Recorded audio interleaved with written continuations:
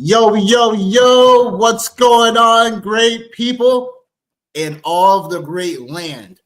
It's your guy, Nicholas Wilcox. It's your main guy, Johnny Mine. We in here, the Fantasy Football Show, title game edition, your DFS, your props, your bets, your last minute start sits, your final questions before we kick things off for championship day. Whatever pinch you're in, whatever spot you're in, we're going to look to help you out in this critical spot for your championships where all the money, all the titles, everything on the line for you. Johnny, say what's up to the great people. Yo, Merry Christmas. Almost into Happy New Year. Holidays, Kwanzaa, Boxing Day. Yeah, we're almost there. We're almost into the new year. But yeah, man, what up? Happy to be here, man. Happy to get ready to get this show rolling for championship weekend, whether you're in a few or a lot, or, you know, whether you're just trying to make a little bit of extra bankroll in your DFS or on some props, man. Glad to be here and ready to get the show rolling, bro. Yes, sir. Yo, bro. Like I said, whatever spot you in, man, we're going to help you out today. As the people come in, please like, subscribe to the channel. We try to get to 200 before the season ends. So tell all your people about us, about your favorite fantasy football homeboys. So yeah, we're gonna get things started. We're gonna get to you guys' questions, whatever have y'all, when they pop through in a timely manner. So again, week 17 in here, baby, title game edition. First things first, we're gonna start with your people. Because I'm pretty much in, right? You know what I'm saying? Steelers at the Browns, over under 35.5. You guys are clinched the division officially. Nope. Oh, you nope. haven't. Nope. You did, for real. Nope. Nope. Did. I wasn't making a joke. I thought you guys definitely clinched already. Nope. With the Baltimore win last night. Still kept things a little alive for them. Yeah. For the division. Well, that being said, Steelers 9-6 going into the Browns over under 35.5. The spread is 4.5 for the Steelers. Johnny, break it down, my guy. Is this a trap game? No, it shouldn't be a trap game, man. If they win today, then they're in. So really, they got to be rooting for, or not rooting, but the Cleveland Browns have to win today in order for the Ravens and Steelers game to mean something next Sunday. So definitely the Steelers got to take care of business today. No TJ Watt. Browns are kind of banged up, obviously. No Quinshon Judkins, obviously, with that nasty injury for the year. Running back situation for the Browns is a little bit gross. So in comes one, Shedeur Sanders. Is all the Steelers have to do is beat rookie quarterback Shedeur Sanders here in week 17 to clinch the AFC North. That's all. That's all they have to do. That's it. Nothing beat down Browns team. Myles Garrett, obviously, 1 sack away from the sack record, which is obviously another thing that's a big storyline today. And I believe the stat I seen was really crazy. The one quarterback Myles Garrett has not sacked is Aaron Rodgers, ironically enough. So a lot of interesting things. Yeah. Oh, well. Yeah, because they were in different conferences, obviously, for a long time. A lot of interesting things going on here. Obviously, no Harold Fannin Jr. today for the Browns, no David Njoku today for the Browns. And the Steelers running backs, man, have been absolutely cooking over the last 3 weeks, man. The Steelers right now, they are the only team in the NFL with 2 running backs with 900+ scrimmage yards. Jalen Warren has 1,128, and Kenny Gainwell has 911 yards so far this season. So Kenny Gainwell, quietly one of the best pickups this offseason for any team, really, I would say. But overall, man, this should be a spot where the Steelers should take care of business. No DK Metcalf, obviously, because of the suspension. But this should be a spot where they should handle business. If they don't, this will be very, very disappointing. And the Mike Tomlin critics should come back out again. From a DFS side of things, I'll talk a little DraftKings today, although I'm still playing on FanDuel because that's where I'm rolling hot at. But DraftKings ownership, the Steelers defense, 14.5% right now. Yeah. Kenny Gainwell, followed by the Browns defense at 10. That's where we're at. Still waiting, I guess, to get the official no-go on Harold Fanning Jr. Questionable, yep. Yeah, still waiting to get the official no-go on him. But if he doesn't pop, then or if he does play, then he will be the highest owned skill player for the Browns. But I think this is a spot where the Steelers should absolutely handle business in this spot. So give me the Steelers in this spot, straight up on the money line. Yeah, man. If you just weird stuff has been happening with Cleveland, man. The last 5 matchups, Cleveland has actually won 2 of the last 5 matchups. The Steelers have won the last 2. But dating back to 2024 and 2023, the Browns actually beat them twice in that space. And then it's also, too, man, they always typically play the Browns at the end of the year when there's not a lot to play for. But, a lot of craziness, man, for sure. So I'm just going to take the Steelers straight up, man. I'm not going to try to get cute. Might do some live betting with it if I see the Steelers come out and they look like they have a little bounce to them. But other than that, right there, man, they come out really flat. Well, the one thing I would say too is the Steelers, still have been one of the worst defenses in the NFL when it comes to passing yards. And Shedeur Sanders, for however you want to rate him or whatever it is you want to look at, he's made some plays. So I think this is one of these games where you can't really sleep on him. He's not a crazy athlete, but he does have some awareness in the pocket. So yeah, I'm just going to take the Steelers on the money line and not get cute. Okay. That makes sense. I'm doing the same thing. This is a big game for the Steelers. They know if they win, they're definitely in, and there's no backdoor way the Ravens can get in, even if they lose to them next week. So, yeah, this is for all the marbles for them in terms of where they need to be. This is the spot they want to be in, controlling their own destiny, win, and you're in. Good morning, Steven. Appreciate the love, my guy. Please like the video. If you haven't subscribed already, please do so over at YouTube, my guy, as well.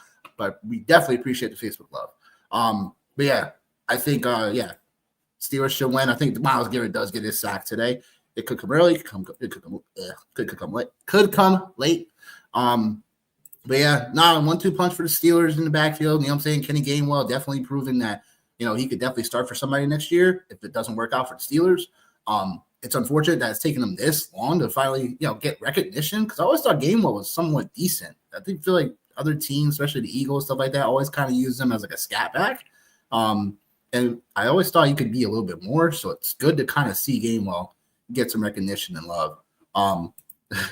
Coaching could be worse. They could be Cleveland, the Jets, the Bills, Washington for that matter. The Bills don't have good coach, but that's decent coaching. But yeah, I mean, Washington, I don't think they have bad coaching. You know what I'm saying? It's just not their year. Bad luck. It's just not their year this year. RIP to some of my fantasy football teams. They didn't make the championship game. Which wasn't their year. But that being said, look, yeah, I mean, still should be Steelers all the way. The only thing I'll say is that, Aaron Rodgers doesn't have to come out firing. So I think the Browns have just been better at home as a defense. So I think that's something to watch out for. But other than that, yeah, we're waiting on Fannin news to drop for some of y'all out there to play. If for some reason he's ruled out while we're live, if you have some pivots, let us know. To the next game we go to, we got a big spread. The Patriots minus 13.5 going into MetLife to take on the Jets over under 42.5. Yeah, look.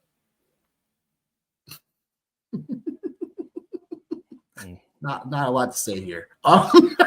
Nope. There's not a lot to say here. Nope. Oh boy, not a lot to say here. I think I gotta see if is Milton Williams playing today for the Patriots. Gotta find that out. No, he won't be active. So I think the Patriots still are in a great spot to shut down any type of run offense the Jets are going to put out there today. Brady Cook starting one more time for the Jets. Like, what a crazy lost season it's been for them. But look, I mean, how about Mac Hollins lately? I think that's somewhere where if you're kind of like in a weird flex spot, you're like, I don't think he's playing today. He's not? Don't think so, man.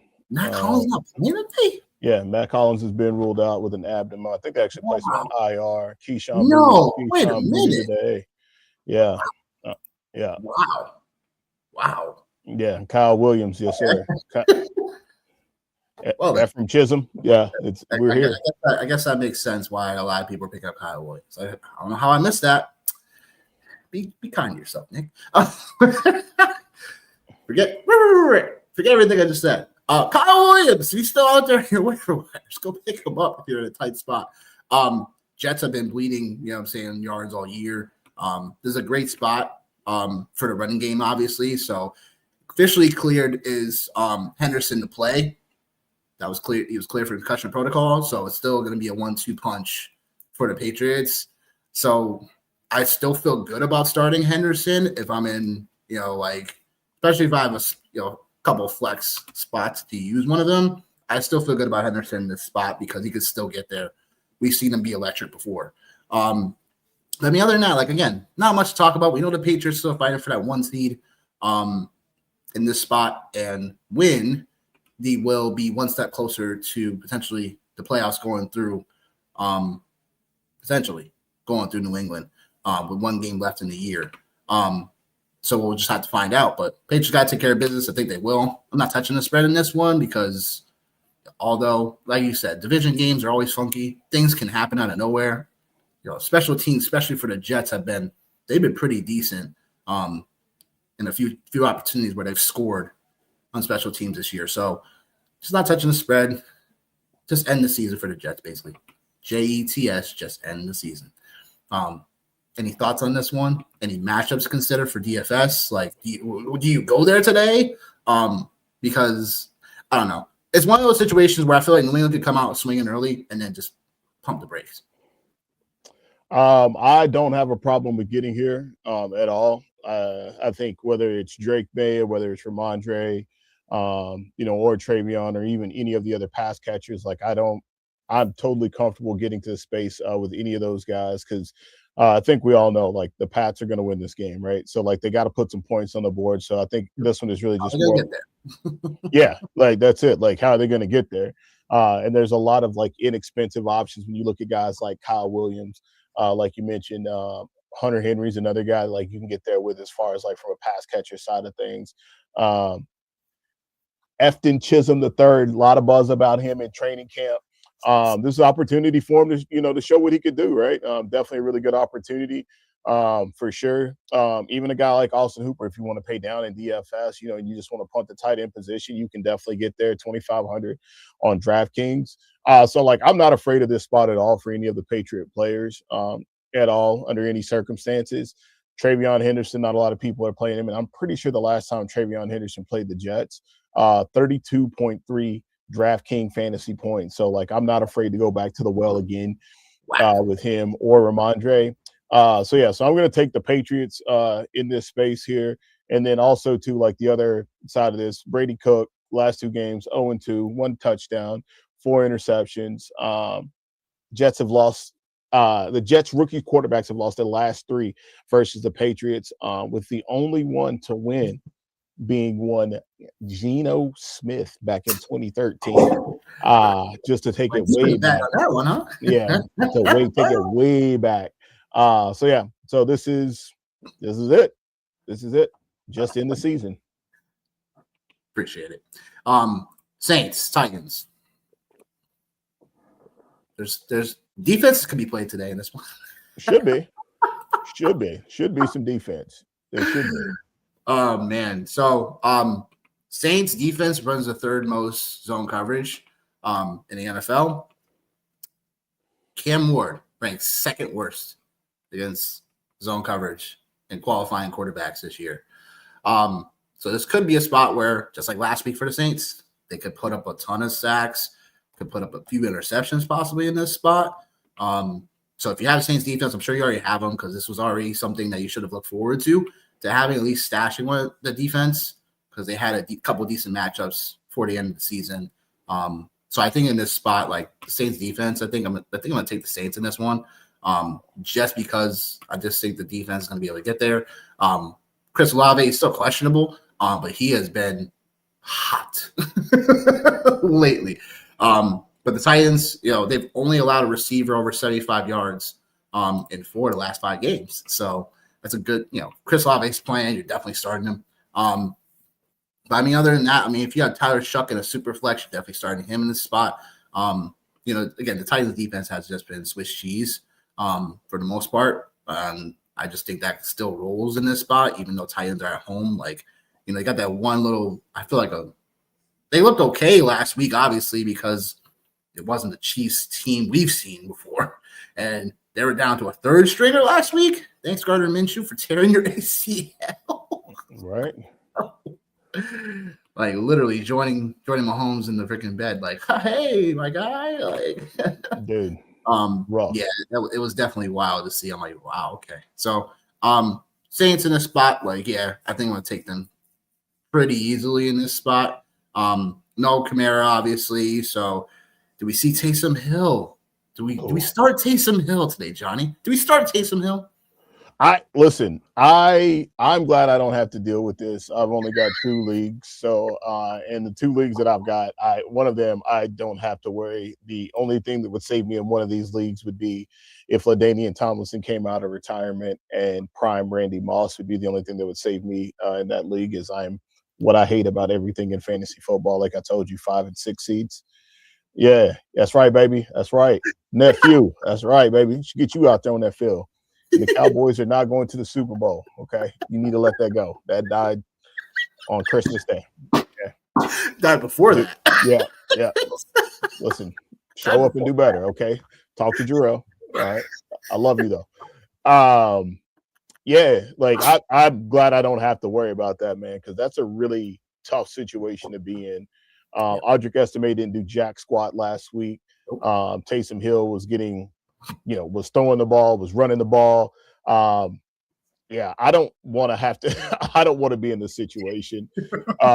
If you tell me Taysom Hill, or I can listen to it, but just to go out and independently play Taysom Hill, man, I don't want to say what it's like, but it's like taking a dive out there on the deep end. You never know what you're going to get. That's for sure. So, yeah. What did he make? Did he make your rankings? Yeah. I think you start Taysom Hill. Reasons for it is because in some spots, especially if you were just been hurting that tight end, literally, tight end just always a spot where you can, be okay taking a 0 or okay taking a swing for the fences. I think tight end could bring that to you, especially a guy like Taysom Hill, who is multifaceted, can get there in multiple ways depending on what it is. And of course, like, there's the possibility of him just flunking out, but most tight ends do that for you anyway. Most cases, like for instance, I started Jake Ferguson, touchdown, woohoo, and then hurt rest of the game. So I'm like, great, thanks for showing up. So, I'm just telling people, if you got Taysom Hill and there's some certain tight ends that are just not moving the bill for you, yeah, this is a spot where Taysom Hill can win you championships today. Because whether it be running the ball, throwing the ball, you know what I'm saying, catching the ball. It's like he's very multifaceted. And again, like, I'm not banking on the Saints not having a run game in this one, but I do expect Taysom Hill to make some type of mark in this one. So if you have him, I believe you start him at, the tight end position today. He's definitely someone that's like he's a top 8 tight end for me this week. So start him. Next on the list, we have the Jaguars take on the Colts.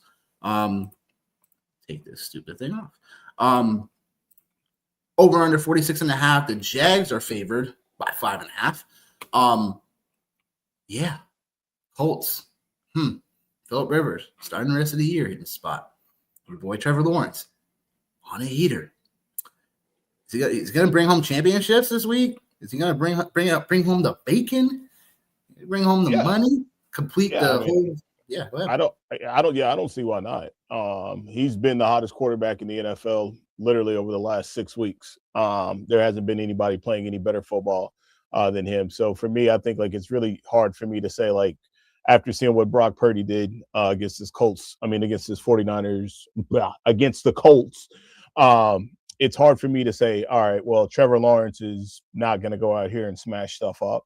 I find that very, very, very hard to believe today. So like I am definitely playing Trevor Lawrence. It's odd now because his ownership and his price tag has caught up with him. His play almost. A lot of people on Jacoby Myers, excuse me, which means that I'm forced to go to Brian. So don't really want to do that. Brenton Strange is obviously in play as well today. I like that. There's not a lot I don't like about the Jaguar skill players today in any respect. So for me, I'm totally comfortable playing a chalky Trevor Lawrence today. Totally comfortable with it.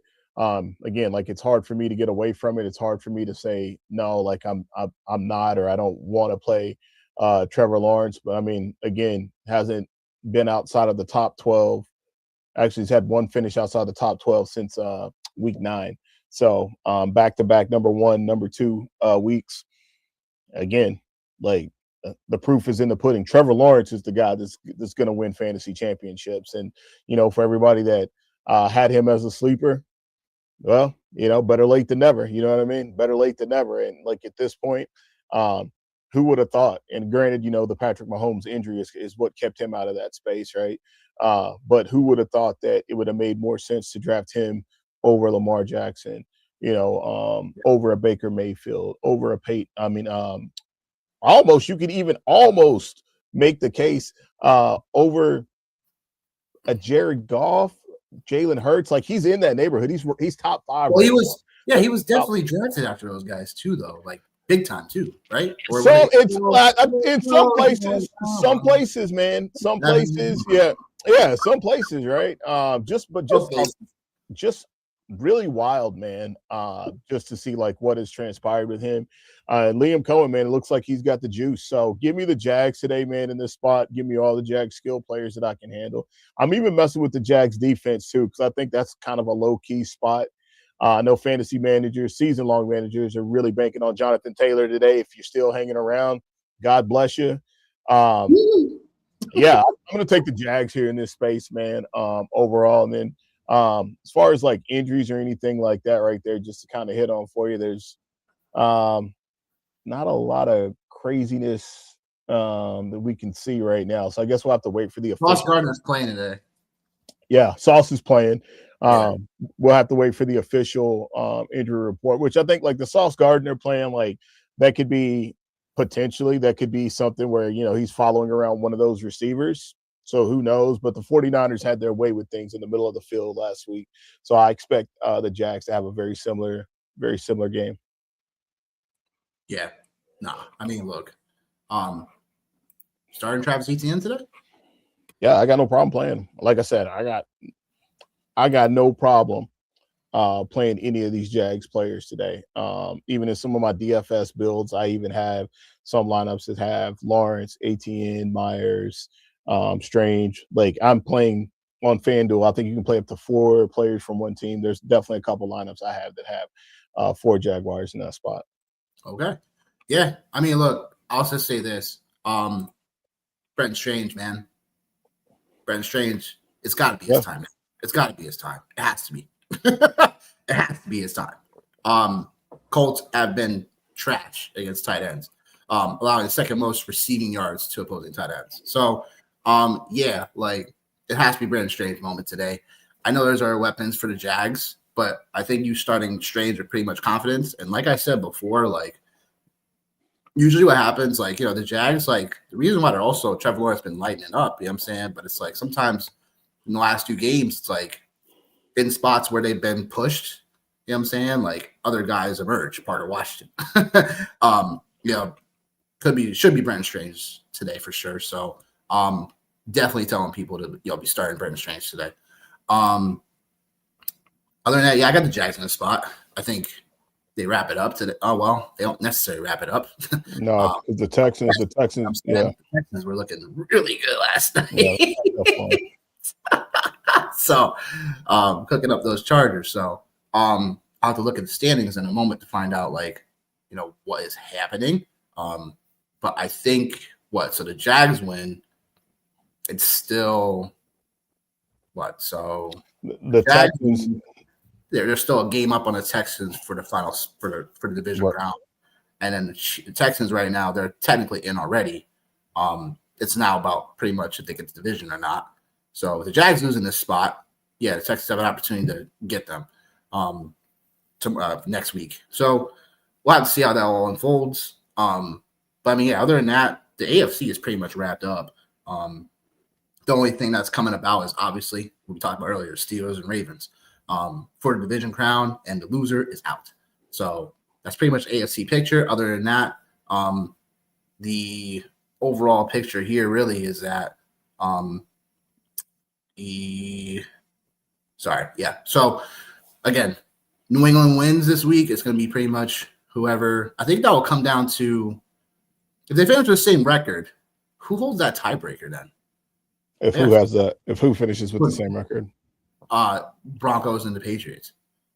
I'm curious to find that out now because if they finish with the same record, I wonder I forgot how the tiebreaker works. Is it by Denver? So here's the scenario. So Denver can clinch the number 1 seed. I know you're asking about the tie. Denver can clinch the number 1 seed with a Patriots loss, plus a Bills loss or tie, or Jags loss. The Pats can clinch. Pats clinched the AFC East today just with a win plus a Bills loss or a Bills tie. So like that's what we got. Like, is that the Colts are officially the Colts are definitely out. Yeah, they're officially out. Yep. And then for the AFC, Pittsburgh, they win today just with they win the North with a tie, with a win or a tie. So really, that's really what it shakes down to. Like at this point is that, and then Denver. Let's see, Denver, they got the top seed. They might even have it Sunday. So the remaining schedule, they got the Chargers next week, and then the Pats are in, and so they have obviously the Jets and the Dolphins, which has really no meaning. Jags have Colts and Titans. So I mean, I don't know. We'll have to see what the tiebreaker is. I'm not in the weeds on it. So that's okay. It's all good. It's just to give people context because it's certain spots and certain players that you could still play or not. All right, cool. They're still fighting for something. Or okay, easy. Well, they still are. They still are. All of them are. Money, well, not even but just from the rank, like you said, just from the ranking side of things. There's so many different. There's so many different things that can happen. And so really, it's just all right. And from what I'm looking at here is if it's on NFL.com, it's if there's 2 clubs in the head-to-head best record, best win-loss percentage in those games between the clubs. This is with 2 teams. There's more variables than I think we have time for to go over. No, I know, right? way more variables. So I think we just need to let this week play out and then we can actually get there. Because it's a full page of within the division, tie break for a wild card team with 2 teams or 3 teams. Or other tie-breaking procedures, and we can talk about talk about those scenarios for sure. But it's there's a lot there's still a lot going on. So, but that being said, next game we got Bucks Dolphins. Miami, huh? Devon H. You already know where it is. Man, need Devontae to show. Need Devon H to show up today. Against a Bucks defense that is more susceptible to receiving running backs versus they're still a tough defense stopping the run, but it's something where Miami is going to have to they better learn their lesson from last week. That's all I got to say. Just keep peppering the guy. Keep peppering Devon H as game plan. Okay, but in all realness, Bucks still have an opportunity to clinch not clinch division, but to win, and they still have an opportunity to face Carolina for the final spot for the NFC from a division standpoint. Lose, they're out. So no, sorry, I take that back. Carolina plays Seattle. So that being said, if Carolina loses, the Bucks win. It's a fight for the final it's a fight between those two one more time, and that means this time it's for the division. If Carolina wins today, they clinch the division today, because the Bucks wouldn't have a shot at catching them if they lose today. So all systems go for the Bucks today. I feel like we've been saying this on repeat the last several weeks, though, and it's like it just feels like they come up flat and short in all this. So yeah, look, do I expect the Bucks to win? Yeah, but it's like one of those lessons. They're like, yo, this team again, or these players again, really? Doesn't it feel like that? I feel like we've been talking about these Bucks the last several weeks. They're in a spot that they have to win, and they don't, right? Or am I like, or this feels like deja vu? No, and I think like the thing about it is over the last 4 weeks, all the games that they've lost, they have been one possession games. Arizona, they beat Arizona 2017. Excuse me, they lost to the Saints 20-24, lost to the Falcons 28-29, lost to the Panthers 20-23. So I think like they are, they're losing one possession games. Is what it is. They're just not closing. And this is basically an interstate game, obviously. So like it's not like they're on the road like big time or anything crazy like that. Interesting right was the word though. Yeah. And Baker Mayfield, man, really since from weeks 1 through week 10, 99.2 passer rating. And then since then it's been 72.6 since week 11. That's 29th out of 31 qualified quarterbacks. And the only two people that he is ahead of, Shador Sanders and Brady Cook. So definitely hard times for sure for the Tampa Bay Buccaneers. But I do think like if this has got to be the spot for him, right? Yeah. It's got to be the spot for him. So is Bucky gonna finally show us what hold on. I'm so sick of these Bucks using Sean Tucker, and he's talented, inside the 10-yard line consistently. You're killing me. You're killing all of us to have Bucky. You've been waiting all this time for Bucky, and you're not feeding him the ball. This has to be today. It has to be. Like I said, leap year, man. I don't trust it. I don't trust it. I don't trust it at all, man. I don't. I don't trust it. Obviously, like I said, the year did not go exactly how I designed it, but one of the things that I did do is I did not have any shares of Bucky Irving anywhere. I don't. Full circle moment, huh? Yeah, I don't. No, I just don't. You didn't have Bucky? No, you were just asking like about Sean Tucker, and I'm just like, this is like, there was a couple guys that I just no. But anyway, man, yeah. Am I going to play Bucky Irving today in DFS? Absolutely. Just because I think like the game environment should be a pretty decent one from that side of things. I can't remember the last time Bucky Irving actually scored a rushing touchdown. I'm not even trying to be funny this season, but the pass catchers for the Bucks, they all got to be in place. Like you think, like from a DFS side of things, right? Like outside of Mike Evans, the rest of these guys are in play. And man, like what? Like, geez, bro, freaking Emeka, like what happened? Like what has happened with him over the last few, man? Since week 10. Week 10 was the last time he even had a serviceable game, and that was wide receiver 2. All the rest in week 11, wide receiver 39, 46, 42, 70, 38, 72. Like, yeah, man. Like fell off the face of the earth, yo. For sure. For sure. We were like singing his praises. We were taking victory laps, literally on Emeka. I was sprinting.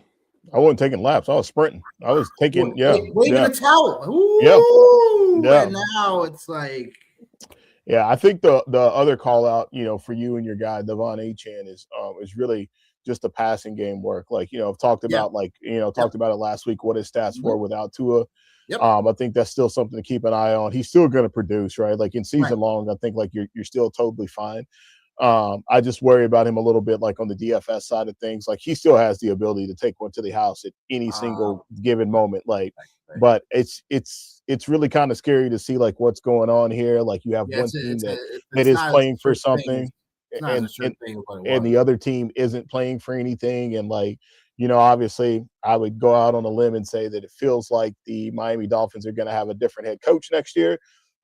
So obviously, Devon Achane is the star of the Miami Dolphins. So, again, talked about it a few weeks ago when we already kind of seen it, not to jump ahead to any other games or anything, but we already seen it with guys like Brock Bowers, how they've already, like, they're sitting him, right? Like, this is a place where, like, you called this. Yeah. In a way. You called this. Like, talk about this, maybe about a month ago. I think someone had a question about trading for Bowers or something like that. That was my biggest fear. Biggest fear of trading for a guy. No, kudos to you, yo. No, man. Like that, those are just always like my biggest fears of like having really good players on bad teams. But then the fact, like when they get hurt in season and then they don't have anything to play for, like then Max Crosby, right. Like so, what's in, like you seen the Giants soft quitting last week, so like literally. So I don't know, but in this game, like you gotta take the Bucs in this game, and to your point, man, like if the Bucs win, essentially from a playoff side of things, if the Bucs win, they live to fight another day. This does give them the opportunity to go into next week. To be able to play the Panthers for the NFC South crown, which will be interesting again in itself. So, give me the Bucs today, man, and hopefully Baker Mayfield finally has a bounce back game. Take the Bucs straight up. We'll go on this ride again, even though we may know how it ends. Listen, I'll tell you what, man. Like before you go to the next game, I will say this: if the Bucs lose today, Todd Bowles, man, that seat's gonna be pretty damn hot. Gonna be pretty hot, man. I listen, but that's the reality of the situation, man. This is a team that, like, you think about it, like, the last 2 years, like this has been a very, very good football team, and like, they like obviously losing Liam Cohen, like, all right, cool, like, and I think we can see like the impact like losing like really, really, really great offensive coordinators has on teams. Detroit Lions. You can see like what that looks like, but I think like I'm not saying he's going to get fired, but I'm just going to say this: it's definitely up for discussion because Todd Bowles, for as much as you like him or whatever the case may be, having Tom Brady at quarterback makes your life a lot easier, right? For sure, and having a guy like Liam Cohen also makes your life a lot easier. So, to be continued. Totally. Last few notes. This Bucs team has allowed at least 2 touchdowns to opposing quarterbacks in 8 straight games. That's how bad it is. If he does it, oh, golly. If Ewers does it today, good Lord. The other part is that the Bucs have been susceptible to tight ends. They've allowed at least 40 yards and a touchdown to opposing tight ends in 3 of the last 5 games. So wheels up for Darren Waller if you got him today. Yes. If you should have had him a couple weeks ago because we told y'all he had decent matchups coming. So I wrote about him several times. So hope you have him. If you have him, you're starting him today. Next game. Seahawks going into Carolina. Take on the Panthers. 42.5 over under. Look. It's crazy that like Seattle is 12-3 and may not even sniff. You know what I'm saying? May not even sniff the 1 seed. It's totally possible it could still happen. But at the same time, they're currently at 1 seed right now. So that's all that happens right now. But according to the playoff picture right now, Green Bay is somehow still the 7th seed. They're still somehow the 7th seed in the NFC. But in terms of how the playoff picture goes, Seattle wins, and they are officially the 1 seed. Just double checking to make sure that's the case. Just to make sure. But they win, they are the 1 seed. So I take back what I said earlier. They are officially the 1 seed if they win, which is wild because no one thought Seattle was going to be 12 or 13 wins. We all thought they were going to be 10, maybe 11, right? if Darnold was hitting all cylinders, but could go 13-3, could go 14-3. Like, that's something to say. But breaking down this game, I'm so tired. I'm so tired of this carousel between Walker and Charbonnet, man. It is literally hell. Like, it's literally hell, yo. Because I dropped Kenneth Walker in one of my leagues late just because I was like, you know what, I'm sick. And guess who goes off last week? Kenny Walker. Yep. Figures. Yeah. Figures. Yep. Figures. And funny, if I probably would have started him, would have probably would have won my matchup too. Because Henderson got concussed. Yeah. Yeah. Funny. And guess what? I let Genty on my bench as well. So I was pure at running back in that league. Fun times. Enough of my soapbox. Yeah. How do you see this game unfolding? Seattle going to win this one, put Carolina in a tough spot for next week, or is Carolina going to pull off this upset? Because I think they have all the ingredients to do so. They've done it at home a couple times already for Carolina, but we've seen them literally falter to the Saints twice. So how are you seeing this? For me, man, I've been a 12th man all year long. not gonna stop. I'm not gonna stop now. Not gonna stop now. Yeah, like you're asking about this. Like we've seen a very similar scenario play out last year with Sam Darnold as the Minnesota Vikings quarterback going into the last week of the season, having the opportunity to snag a number 1 seed overall. So we have seen this before. We've seen this story before. I just think, honestly, man, the Seahawks have too much defensively for these guys. However, one of the things that I will say is kind of like a caveat. One of the things I've tried to start paying attention to more, like picking games and stuff, is just seeing how some of these other teams handle other teams.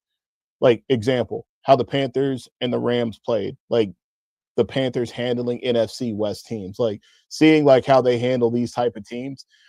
So, I mean, obviously they were able to pull off a win against the Rams, right? But the Seahawks, they pulled off a win against the Rams as well. But the Seahawks were at home. I just think Seattle has too much defensively, for sure.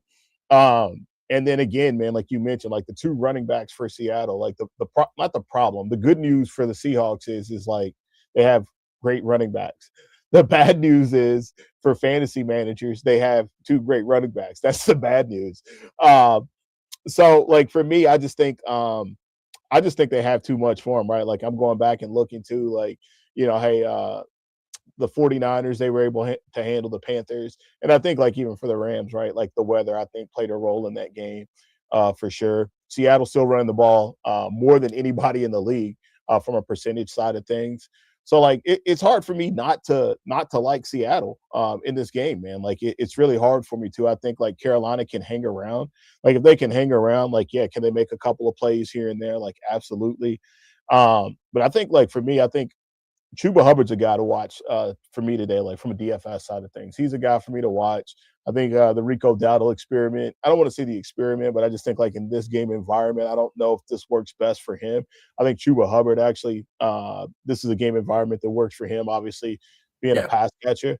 Both the receivers in this game, you have the league leader in receiving yards overall in JSN, and then you have the rookie leading receiver. Let's talk about Ted McMillan for a little bit. Let's talk about that's questionable. Yeah, it's an illness. He's going to play through it. It's all came through. It's more precautionary than anything. But let's just talk about the fact that one of the things, one takeaway, I think everybody should have is just not reading into every single tea leaf there is about guys like this. Because Ted McMillan can play football, man. This guy is good. He's good. And there were people that were questioning how good he was going to be or how good was he in real life. And he's in a low volume passing offense, and you're seeing what he can do. And when you go back and look at some of the things that he was just doing at the collegiate level, how he was manhandling DBs, that's what you're supposed to do. So, shout out, man, Ted McMillan on putting together a really great rookie season for sure. 924 yards at this point, 31% of the Carolina Panthers receiving yards. That's the 4th highest mark by any rookie on a winning team since the 1970 merger. So Ted McMillan is getting busy and has been getting busy. And I think, obviously, hey, going into next year, he's somebody that like you got to put some respect on his name. But yeah, I like the Seahawks in this game, man, for sure.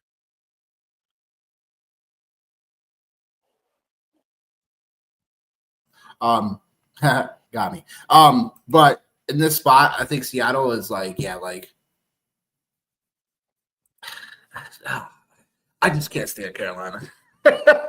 They really like they're one of those teams, man, that just literally like you don't expect them to have a great game. They all of a sudden have a great game and win. You know what I'm saying? They're like the team that this year has like literally killed people's probably like parlay tickets left and right. Killed my survivor. Yeah, Actually, you know what I want to say? Stuff too. Like, you know what I'm saying? Like it. Yeah. So everything on paper says Seattle too, yo. Yeah. And Carolina knows if they win, they have the division, right? Yeah. Well, no, they don't have. I don't think. No, they don't have the division, even if they win. I don't think. They wouldn't. Oh, sorry. Yeah, because no, they don't. Yeah, so like no matter what, it's yeah. Okay. Yeah. Sorry. Yeah. I feel like no. Yeah, the Bucks have to still lose today. But Carolina's 5-2 at home, by the way, this year. That was the other thing I wanted to check and see. It was just like their home record because it seems like they've gotten a couple of really big wins at home. Yeah. Like that. Like that's. Yeah, I mean, and their losses this year, like their loss was to Buffalo, and the other loss was to New Orleans. So wins at home this year: Tampa Bay, the Rams, the Cowboys, the Dolphins, and the Falcons. So not really anything to like write home about, but no, still taking Seattle. It just feels like I just hate these moments because it's like, well, come on, hours later, it'd be like, we knew we should have taken Carolina plus 6.5. We do. We should have taken Carolina at home. But I'm gonna have faith in Seattle. They're gonna get this done, clinch the 1 seed, so they don't have to really play next week. And we'll go from there. Last game of the 1 o'clocks, the biggest over/under spread of the slate. Cardinals getting 7 going to Cincinnati. Over under 53.5. Yeah, these teams aren't playing for much outside paychecks. But I really think, like, call it nuts, but Brissett is potentially playing for a starter role next year, whether it be in Arizona or not, because Brissett has literally proven himself worthy. That he's the guy that is like veteran-wise, like I think is what Arizona needs moving forward. And I know they've had some bad luck in certain spots this year. So I don't think like the team reflects their record right now. Obviously, it's their definition of what the record is right now. But as far as like having them play, I feel like Arizona for next year, all they need is that literally it's ironically both of these two teams are playing because they're both of these defenses like stink. At least throughout the whole year they've stunk. So it's something to watch out for just for next year and then what happens with Kyler Murray. Anyhow, to the game overall, right? Speaking of guys that have been before last week in a way, although he's been consistent, been a thorn in people's sides. The guy that scored 3 touchdowns last week, Chase Brown. The Cardinals have allowed 100 all-purpose yards to opposing running backs in 5 of the last 6 games. So Chase Brown. Yeah, Chase Brown. And questionable is Marvin Harrison Jr., right? Same deal as last week. Like, look, like Cincinnati, we know has been decent against wide receiver like ones.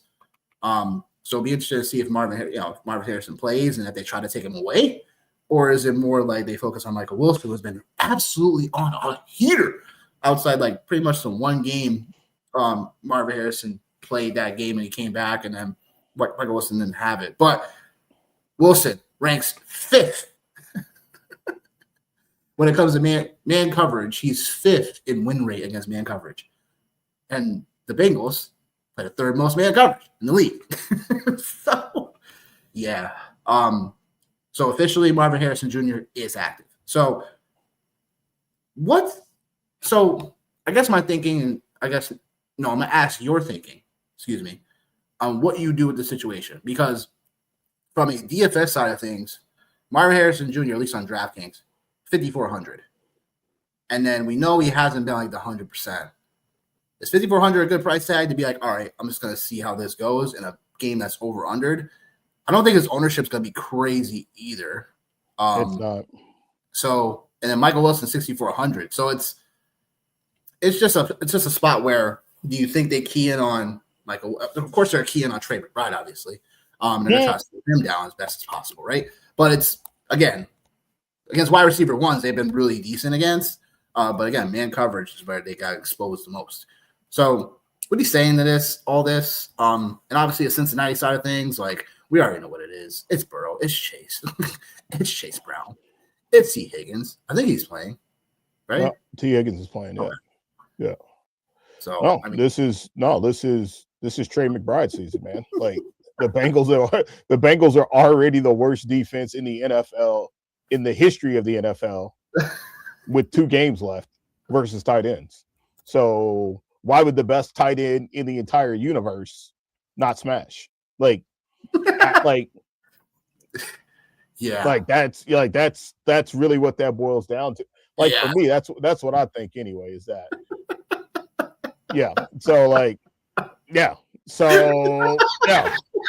like Trey McBride all day long.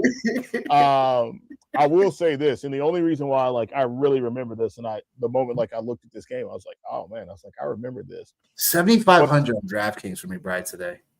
Yeah, don't matter. I'm playing him. Right? Yeah, I don't care. I'm playing him. I'm playing him on. I'm not even playing DraftKings. Easy button. Yeah, I'm not. But I'm absolutely playing him on FanDuel. I think he's 8,000 on. I don't even care. I'm playing him, especially coming off of a subpar performance that he had. Like I'm playing Trey McBride today. Not even thinking about it. You're gonna stream it. Yeah, like not. You gotta stream it. I'm playing Trey McBride, the real T-Mac. And the last time that Jamar Chase played in Arizona, 192 yards and 3 touchdowns. Just something to think about. Yeah. And that was in 2023 for whatever it's worth, right? But like, still think there's a lot of residual. Yeah, still think there's a lot of residual there in Arizona. So like, that's one of the things I'm like, yeah, we got to figure out a way to make this happen. And like, obviously the rest of the general public agrees. Jamar Chase is 37% owned, or projected 37% owned. Trey McBride's projected 25%. I think the real question really is if you go and you try to stack this game, who are you rolling with? Are you rolling with Jacoby Brissett, or are you rolling with Joe Burrow? I think that's a real question. Chase Brown, I think like that's a great play, like for sure. I even think Michael Carter's a great play because just the Bengals have just been bad on defense. Like, so I think like there's definitely, I love this game environment. There was 3 games that I was definitely aggressively attacking today, and one of them, this one was one of them. And then the Buccaneers Dolphins was the other game that I was aggressively attacking. So yeah, man, like I love everything about this game. It's hard for me to get away from it, which makes me really nervous because the general public is in the same space, which means that it's probably going to be the Saints and Titans that shoot out today is probably what's going to happen. So, but yeah, like as far as like when, like, and I know like you've been banging the drum for Jacoby Brissett to be a starter. Question I would say like, right, is like, all right, like where, there's several spots. But just like first 2 or 3 spots, you think? Miami. He could start in Arizona. He's already been doing it.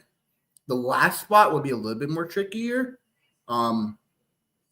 because I think the other teams I'm thinking about is kind of more like they're still like ways away from like really being competitive. Like I would say potentially the Jets, but at the same time, it's like we're not there yet.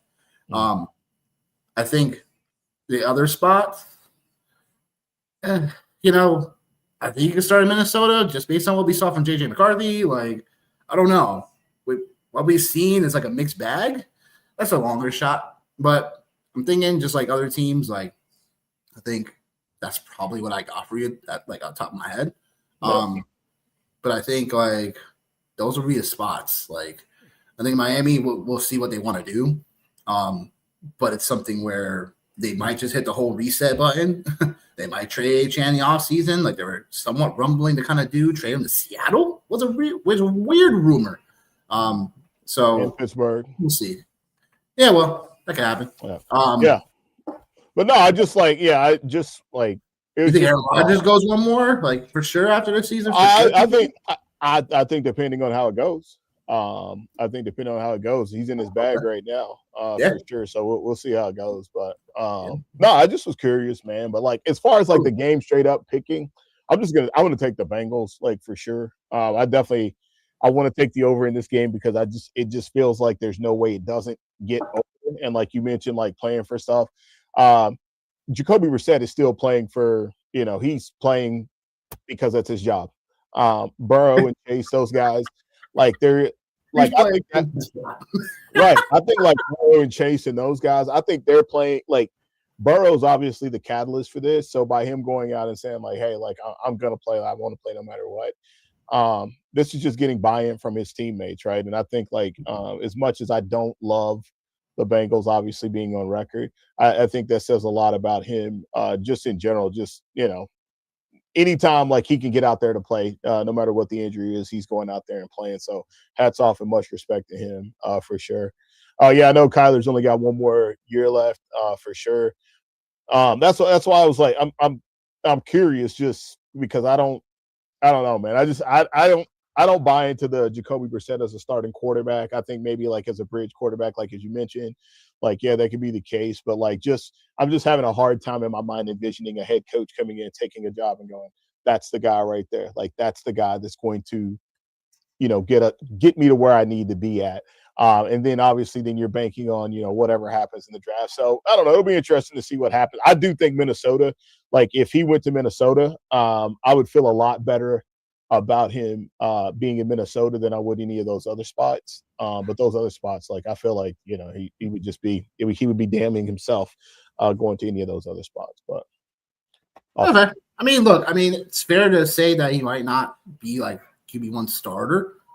I just feel like he overall is someone that like I feel deserves the opportunity to, just like what we talked about with Sam Darnold. You know what I'm saying? Like how he got like kind of his overall rhythm. He was signing. He got to start with a team that was like, kept KOC. You know what I'm saying? Was like a guy that molds quarterback. So Sam Darnold, I kind of classify him as like the, when we looked at Geno Smith a couple years ago, when we looked at Darnold a couple years ago, like he's just seen them reinvent their careers.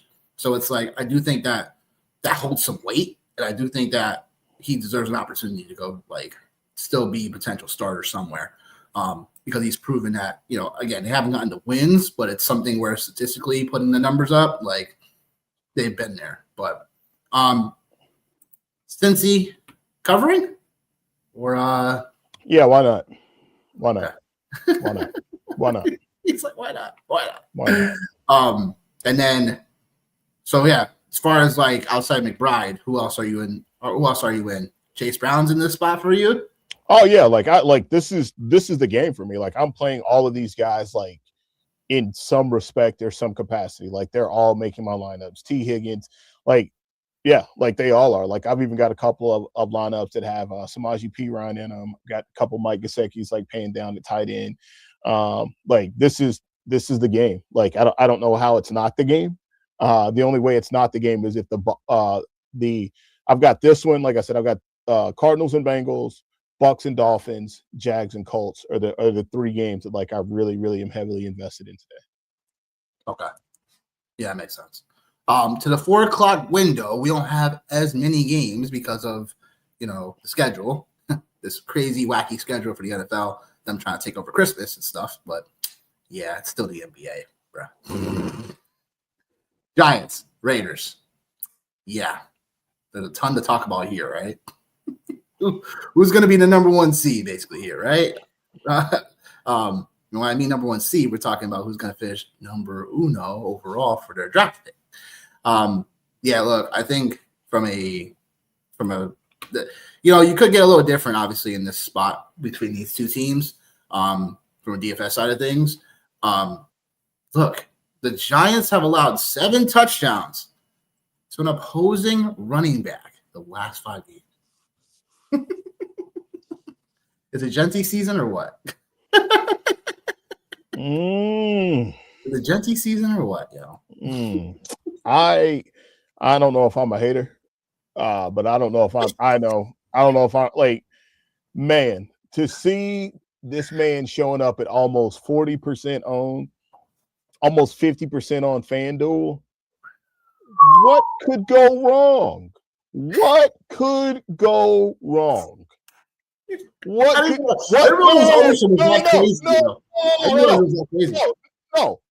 could go wrong when they have sat their best offensive player? They sent their best defensive player home, and you have Ashton Genty in week 17 against the team who could also be after the number 1 pick, 47%. What could go wrong? What could go wrong? Nothing could possibly go wrong in this scenario. Nothing.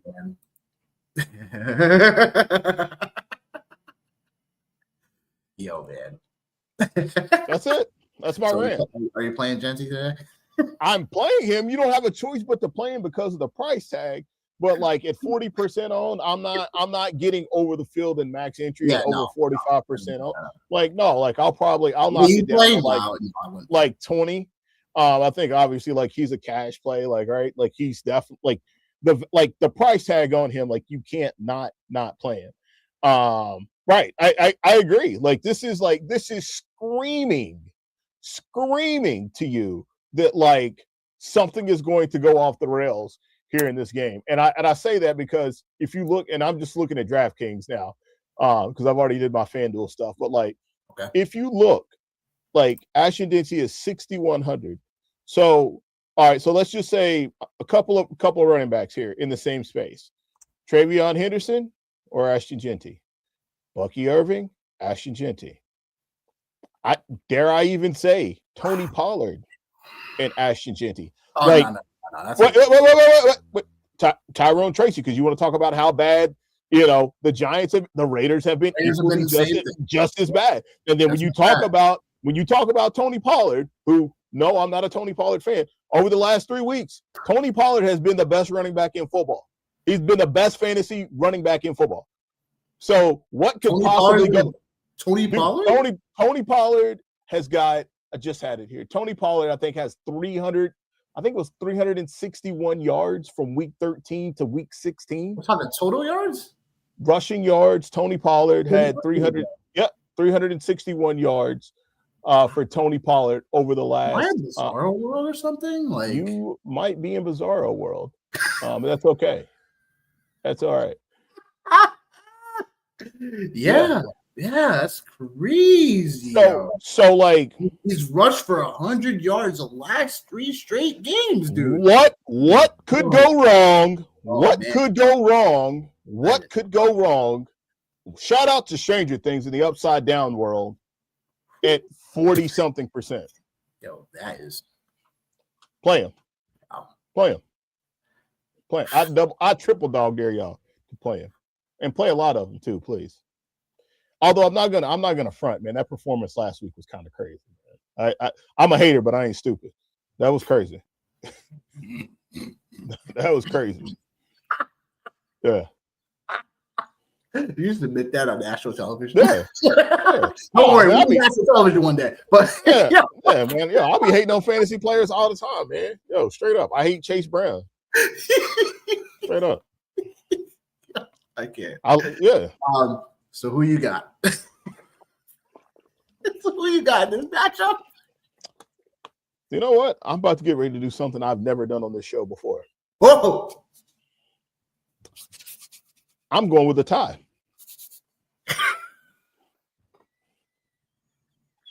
Yep. You heard it here.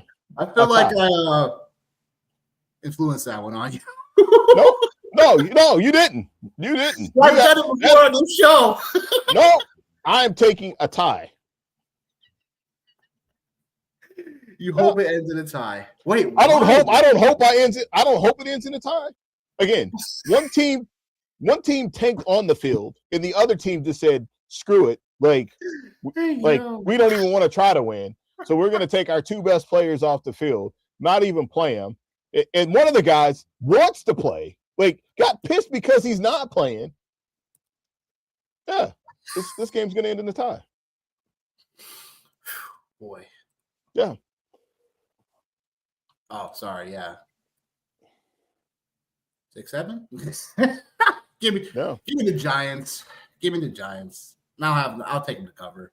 No Max Crosby, and this defense for the Raiders is no bueno, yo. Like literally last week, Max Crosby, like literally, like I think he like saved a touchdown because of how like he was just chasing after the play. Like there's a replay of him just like coming back into the fold out of nowhere and literally does like the lion tackle at him. You know, like a lion comes and just like he's just like goes all out to tackle the guy. Like otherwise, would have probably had a touchdown. Yeah, just nuts. Final game: Eagles, no Bills, 2.5 underdog. The Eagles going into Buffalo. Over under 44.5. Patriots officially got the division, right? It's official right now, or I could have sworn that it's not official because they're both in the playoffs, obviously, but it's not official it's not official for the division yet. So, Bills need to win in order to keep pace with the Patriots for the division crown and to host a playoff game. Eagles on the other end, they have already clinched the division, and all they're playing for right now is basically the seeding. So there's that. Be interesting to see how this game actually unfolds, because do we expect the Saquon Barkley game once again? Because we all know the Bills have been absolute trash against run. But I'll say this, like, expect the unexpected. I know you're facing him against some of your you got to face against him at championship game today. Oh, man. He ain't even the face of that team. He ain't even the face of that team, right? He ain't even the face of it. Oh man, yeah. Who you got in this spot? Who you got? The Eagles. The Eagles. I'm taking them for sure. I think this game just matches up better for them for what it is that they want to do. Just being incredibly physical. You know, and again, man, like seeing what other running backs have done to the Bills, and like, you know, quietly Saquon Barkley is, I don't want to say he's coming along or anything like that right there, but yeah. The last couple of games haven't been like bad for him. Like he's got 3 straight games in double digits, 21 points, 17 points, and 24 points. So he's beating up on the bad teams like at this point. So maybe it's just a situation where he's just now getting revved up, right? Like we've seen it happen with Derrick Henry last night. Before last night, it wasn't anything to write home about with Derrick Henry. You know, he's still very serviceable, like in the fantasy space, just like Saquon Barkley. But I think this game right here, I think this is a statement game for the Eagles, right? And I think it's a game for the Bills where like the Eagles are still the defending Super Bowl champs, right? And the Bills are saying, hey, like, you know, we belong, but I think like the general public knows they don't. And I think this is just a spot for the Eagles just to go out and let them know and make a statement at home on the road to let them know that like, yo, like you're not there. You ain't ready yet. The rain is supposed to be really, really bad today. Yeah. I think there's flood warnings there in that space. So I think like, you know, obviously for the runners, I think that does a lot. Obviously you have the two, I don't want to say the two most mobile quarterbacks in the NFL, but two of the more dynamic runners, you know, as far as someone having to bring them down one-on-one, and Josh Allen and Jalen Hurts in a game like this right here, where I think we've done this long enough to know that these type of bad surfaces and bad weather environments tend to favor the runner. So I think like, you know, low key, it kind of, oh man. Yeah. We'll see, man. We'll see. We'll see. I think maybe it's, I wouldn't classify it as Cena's farewell retirement tour. I would classify it more along the lines of like a Roman Reigns, where, you know, he only shows up to the big events. That's it. if it's not a big event, he ain't showing up. And we're trending towards the big events. So, but yeah, I think I'm going to take the Eagles in this space, man. I just think it's too much for them. It's too much physicality for the Bills on that end of things. So, yeah, man, that's what I'm saying is that right there. And if it's a close game, right? I think obviously like the Eagles are actually they're 21st in the league for average margin of victory, 9.6 points. So like they know how to finish out a game. But man, the two most dynamic running backs in the league playing today, or I shouldn't say dynamic, but James Cook, James Cook, and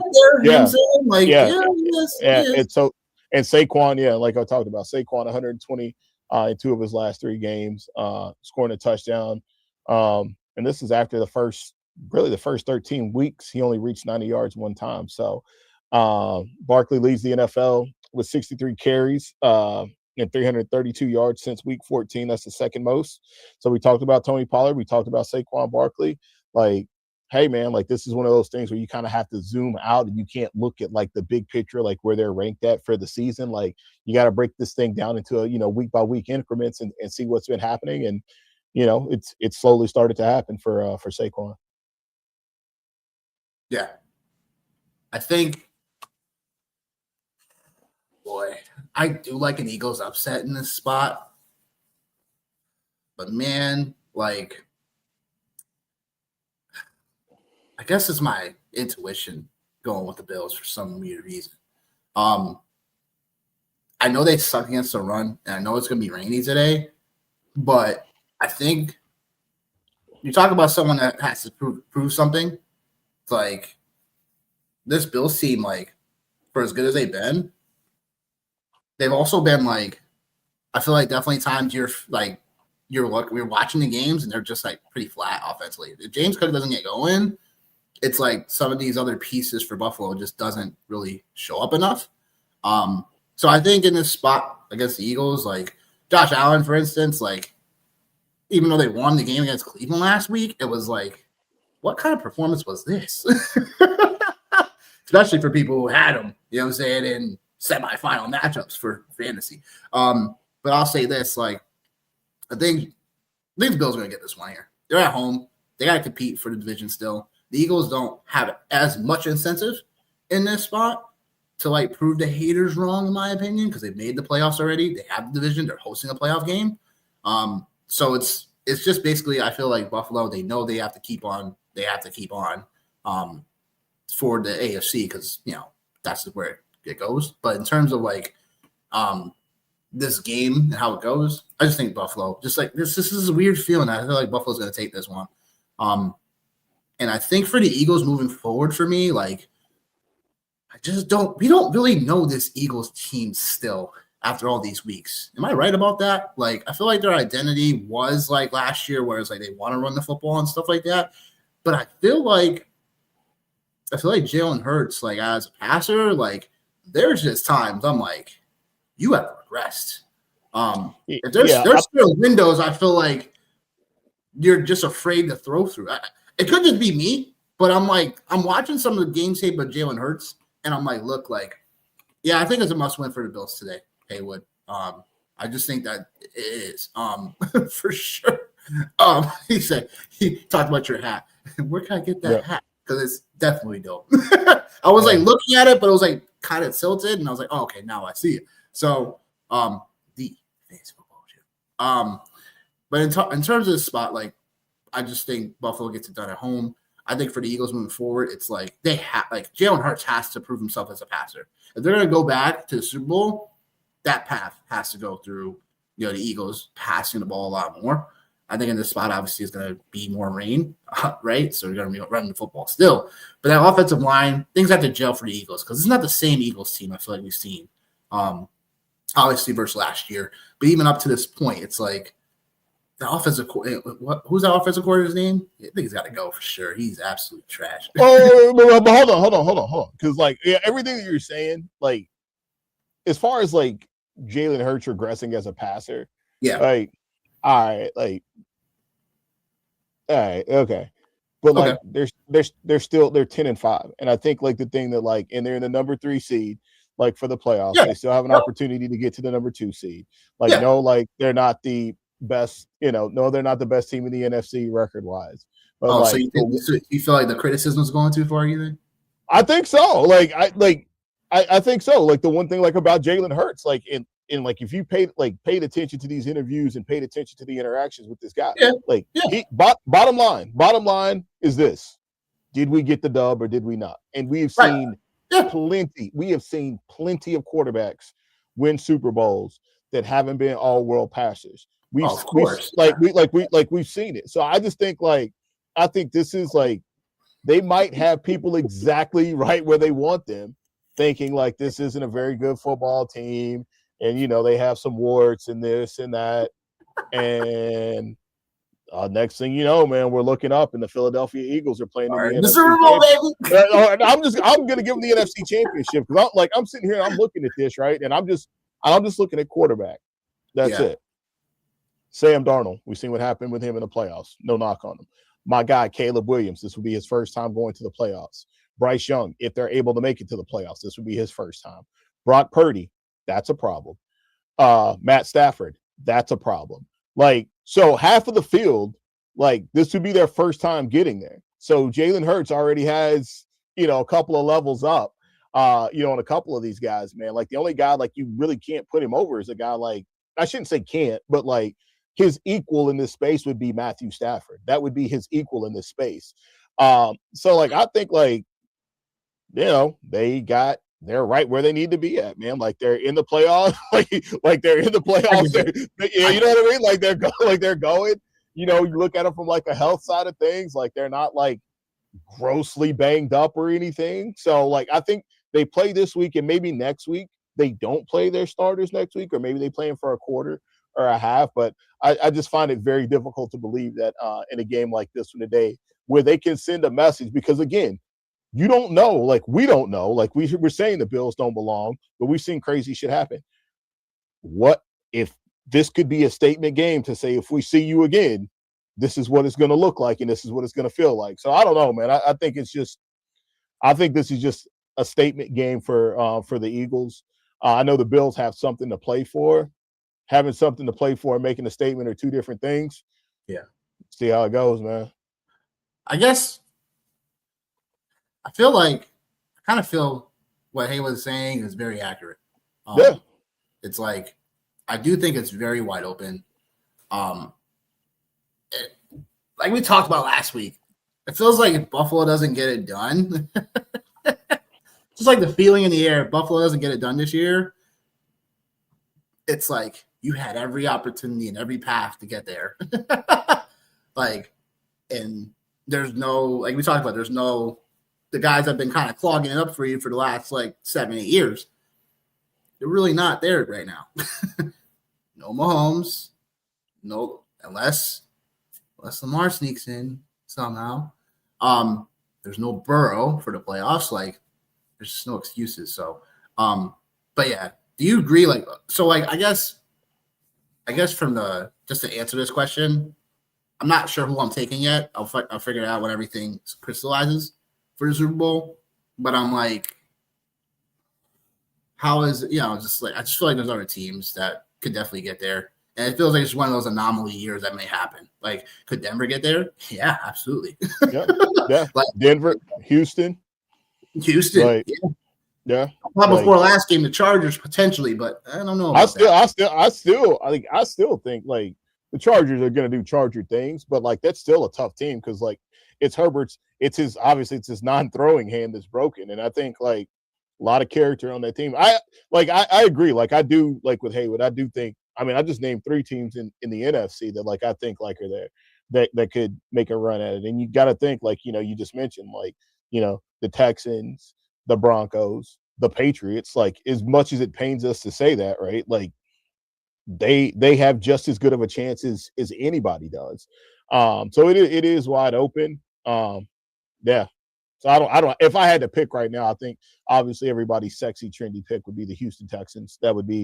That's the trendy pick, and it's kind of hard to go against it the way they've been playing, for sure. So yeah, like you said, man, we'll have to see how everything shakes out. Definitely.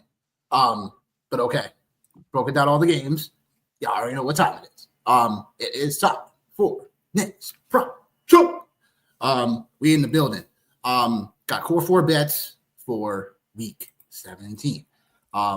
We have some bets that we're gonna go back to because they're still in good spots.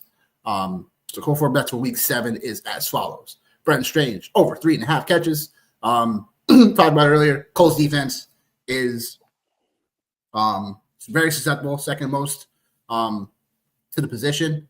So I talked about. I'm just planting my flag on Brenton Strange today. If you have him, you start him, and he's going to lead you potential championships. 1, maybe 2 touchdowns potentially, but I'm not betting that. Just betting the catches. Tyler Shuck over 220 or more passing yards.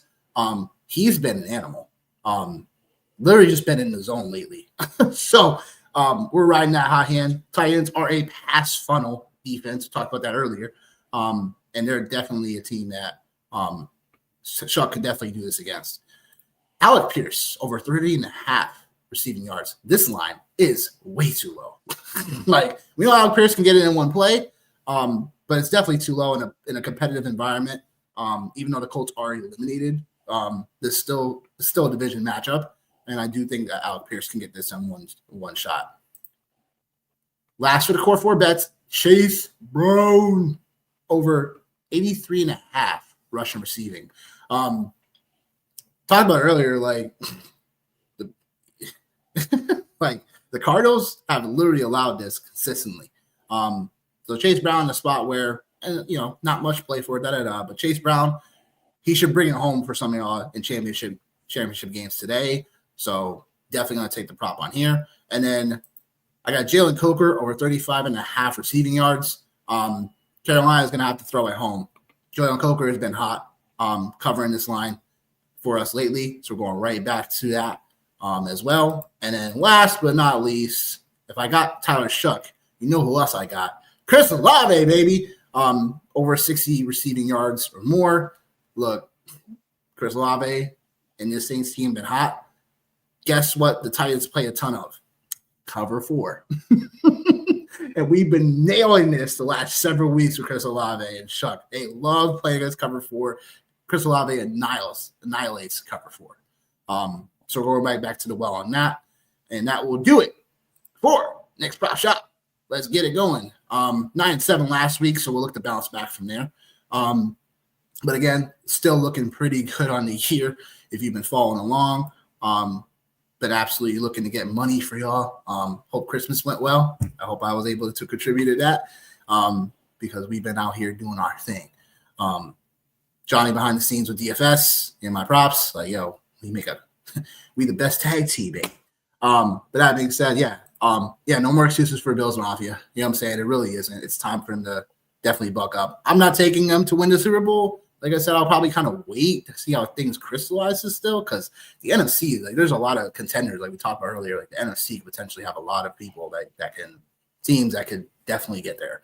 But yeah, definitely Chase Brown is money. He might go out Bundy today. Okay, baby. Okay. I love that, yo. He might go out Bundy. Oh man. That being said, we have over 200 people watching. If you're on X, please go and like the video after the show. Please, yo. Begging you. Please. So we can keep on giving you guys this fire content, yo. If you're watching the replay, please do. Oh my gosh, please do it. Tell all your friends and family about us. Your favorite fantasy football homeboys. Johnny, you know what time it is. Any final thoughts for the people before we let them go? Obviously, good luck to you today in your championships. I will tell you, I'm going to make this plug. If you are a fantasy commissioner, please don't be a dirtbag. Get everybody paid out, ASAP as soon as you possibly can. So that way, everything is good to go for you and everybody for next year. Make that a priority for sure. That's, it's one of the things like, definitely take a great deal of pride in for sure. DFS wise, man, good luck to you today. Obviously, props, man, for sure. And if your team is still hanging around the playoffs, man, let this be a good one. I think we've been really, really lucky to have like really good playoff quality football games coming down the stretch here. So we've been really lucky in that space. And man, it's almost over with, man. We got probably like another 5 weeks left of this, and then we gotta hang out and wait until August, wait until the draft, wait until free agency. Yeah. Be a best ball junkie, like, yeah. So yeah, man, good luck to everybody today for sure. Except for all those 5 and 6 seeds out there. I want to take a moment to tell y'all, I don't like any of you. I love you, but I don't like you today. All you 5 and 6 seeds, because you shouldn't be there. You shouldn't be there, and myself is included. I got a number 5 overall seeded team, shouldn't be there. 5 and 6 seeded team shouldn't be there today. I'm showing some love to the number 1 and number 2 seeds. I'm doing something different today. Oh, man. Everybody that grinded it out and crushed it all season long, I'm giving you all of my love and compassion right now. And I hope something positive. I hope something positive happens for you today. But you 5 and 6 seed teams, I hope y'all go down today. It's just that simple. That's it. Don't like you, but I love you. Don't like you, I respect you. Yeah, look. We only got so many shows between us, you know what I'm saying, for the season. It feels like it went by like this in a way. Some weeks it went by like this. Other weeks we're like, yo, man. But shout out to my guy Johnny, because he's always here with my road dog here. Much appreciation for you, dog, as always. Shout out to our people, you know what I'm saying, Haywood, Rob, you know what I'm saying, the people that have been consistent with us here, like, yo, y'all make the show rock, you know what I'm saying, like, you keep us motivated to keep on doing these and giving out good advice when it comes to season long, when it comes to DFS, when it comes to props, like, we appreciate that for sure. We got so technically 2 more shows left in 2025 after today. 1 tonight and then 1 tomorrow. And then yeah, no more waiver wire shows. No more waiver wire shows, you know what I'm saying? Just So just let me talk about football tomorrow. But that being said, like, look, just a final thought, man. Just thank y'all for being here. We appreciate y'all every week. Whether it be you're liking the video, whether it be sharing it with other people, whether it be just just a constant love whenever we speak to y'all, like Dustin, Tip, you know what I'm saying? Y'all know where y'all are. So we appreciate y'all for bottom of our hearts. But that being said, yeah, look, go win your damn championship, bro. Go use all the advice we've been giving you all year long and go win your championship. So that being said, Johnny, myself, we'll see y'all this evening. We're talking about Sunday Night Football, and we out. Peace.